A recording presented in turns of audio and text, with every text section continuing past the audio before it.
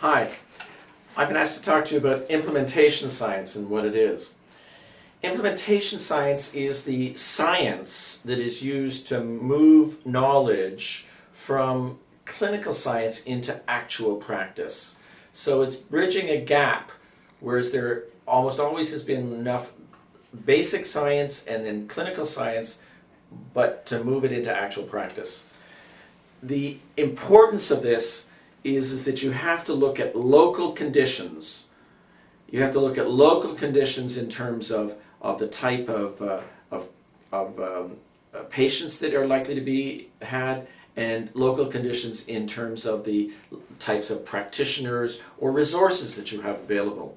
Very often clinical science is done with very restricted ranges of patients, and implementation science, you want to do it with the patients that are actually going to be using the intervention in the end.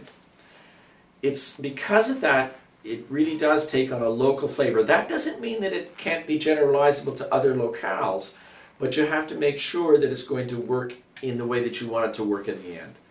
So if you're doing an intervention and you have highly trained people doing it in the study and only moderately trained people in the actual implementation, then that's a problem. So you have to, in the implementation science version, you would want people who were only moderately trained, because that's who's going to do it in the end.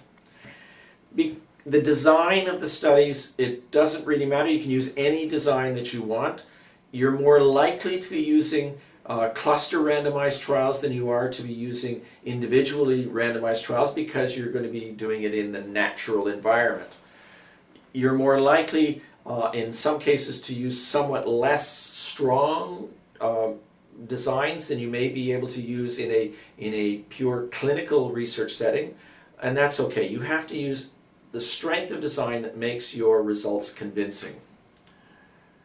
And finally, I think it's really important in implementation science to include those people who are going to be responsible for the final implementation in the actual practice in your research. So an integrated knowledge translation approach where you get administrators and patients involved in the planning and the execution and the write-up is really important.